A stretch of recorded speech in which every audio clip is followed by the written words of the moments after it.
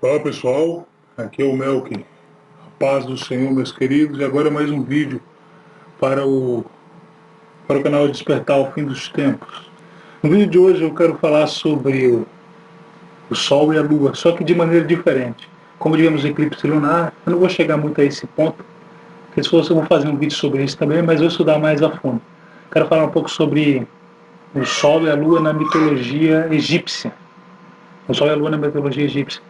Então vamos ver o que a gente pode saber, falar sobre Sete e falar sobre Horus, deuses pagãos da mitologia egípcia.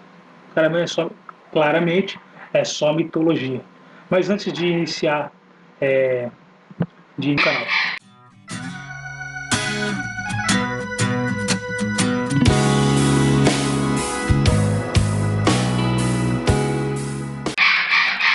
Então, meus queridos, agora voltando ao assunto, falar um pouco sobre Sete. Quem foi Sete, o que representa na mitologia egípcia.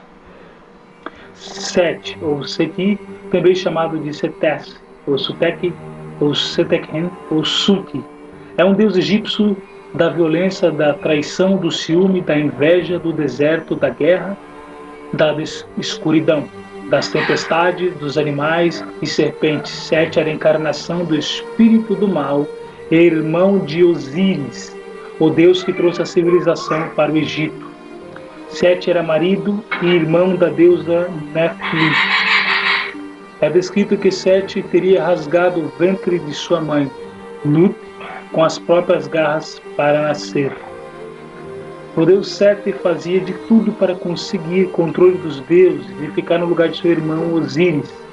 Ele originalmente auxiliava Ra em sua eterna luta contra a serpente Apófis.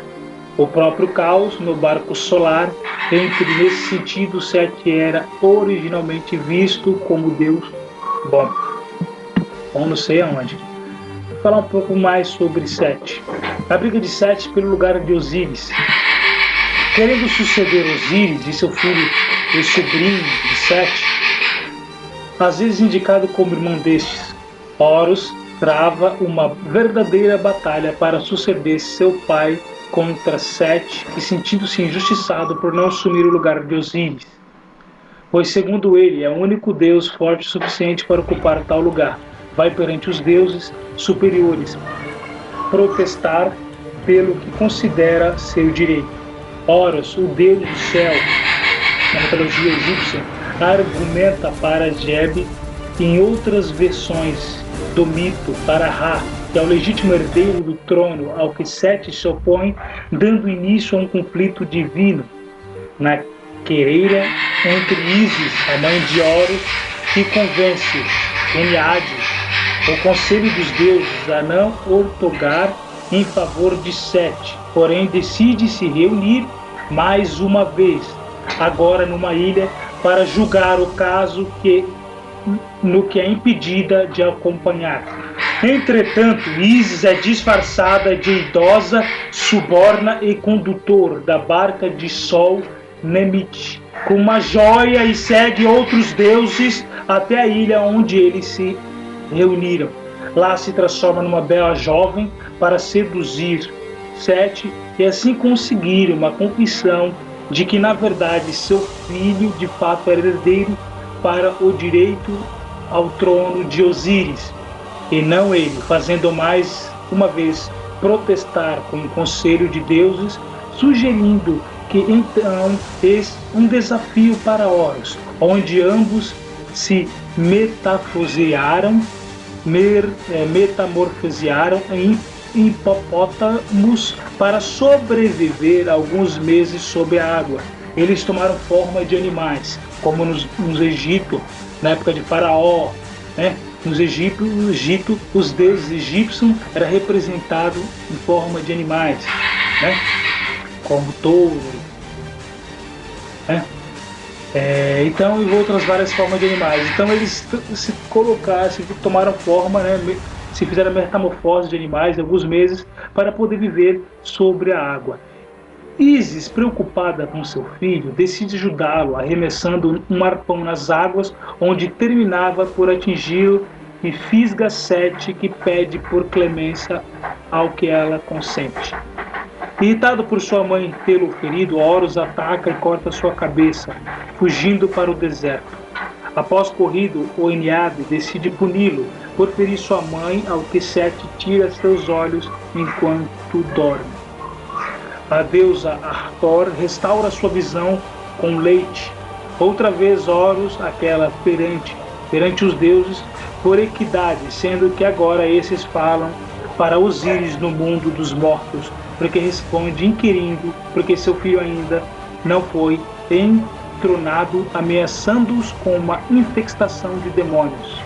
Finalmente, após liberar Ra, decide arbitrar em favor de Horus e acolhe Sete, enfim, para a morada dos deuses.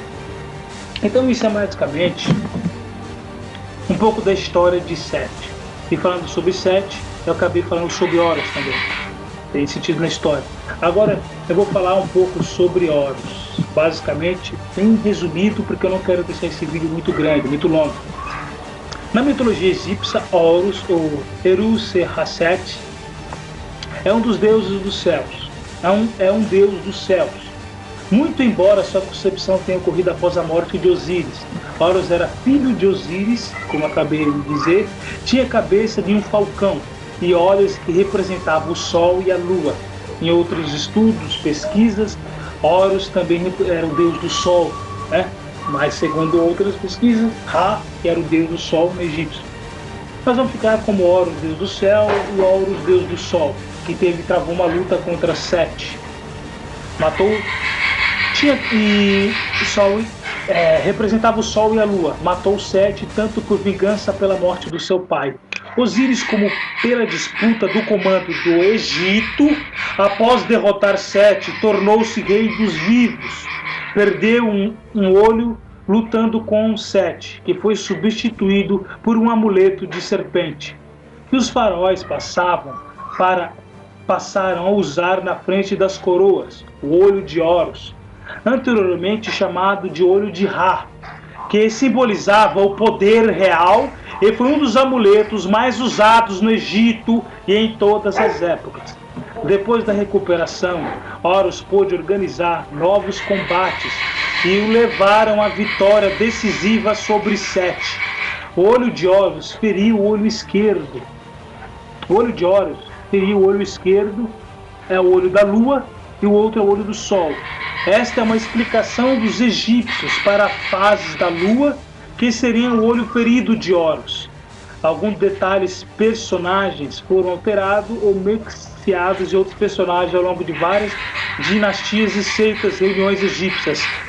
Por exemplo, quando Eru-Horus se funde com Ra, o deus do Sol, ele se torna Ra-Horakhti. O olho de Horus egípcio tornou-se um importante símbolo do poder, chamado de Etijat, que além proporciona o poder e afasta o mal olhado. Pois, segundo os egípcios, o olho de Horus era o espelho da alma. Peço perdão a todos pelo meu papagaio que está fazendo zoada aqui, está atrapalhando eu de gravar esse vídeo. Mas fora isso, eu vou tentar deixar o vídeo o melhor possível. Então, meus queridos, era só isso que eu queria falar sobre um pouco de Horus e Íris, sobre o Sol e a Lua. E vou colocar um pedaço de vídeo retratando sobre isso. Aí vai o vídeo.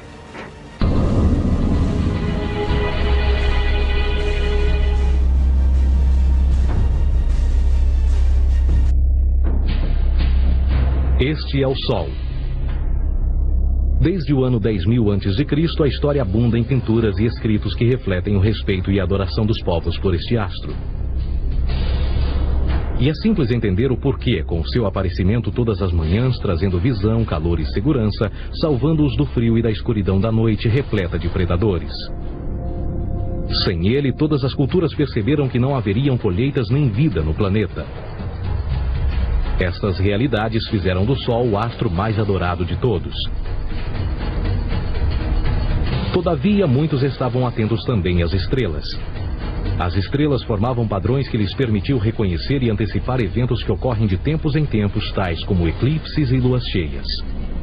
Eles catalogaram grupos celestiais daquilo que conhecemos hoje como constelações. Esta é a Cruz do Zodíaco, uma das mais antigas imagens na história da humanidade. Ela representa o trajeto do Sol através das 12 maiores constelações no decorrer de um ano. Ela também representa os 12 meses do ano, as 4 estações, solstícios e equinócios. O termo zodíaco está relacionado com o fato das constelações serem antropomorfismos ou personificações, como pessoas ou animais. Por outras palavras, as primeiras civilizações não só seguiam o Sol e as estrelas, como também as personificavam através de mitos que envolviam seus movimentos e relações. O Sol, com seu poder de dar vida e de salvar, também foram personificados como se representasse um criador ou um deus. Deus Sol, a luz do mundo, o salvador da humanidade. Igualmente, as 12 constelações representaram lugares de viagem para o Deus Sol e foram nomeados por elementos da natureza que aconteciam nesses períodos de tempo. Por exemplo, Aquários, o portador da água que traz as chuvas da primavera.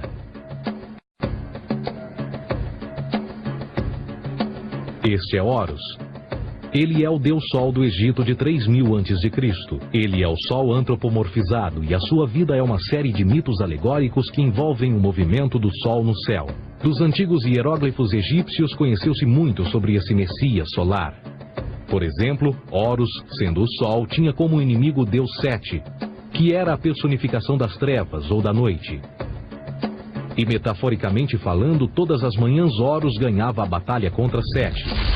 E no fim da tarde, Sete conquistava Horus e o enviava para o mundo das trevas. Será importante frisar que trevas versus luz ou bem versus mal tem sido uma dualidade mitológica onipresente que ainda hoje é usada em muitos níveis. No geral, a história de Horus é a seguinte. Horus nasceu em 25 de dezembro da Virgem Isis Mary.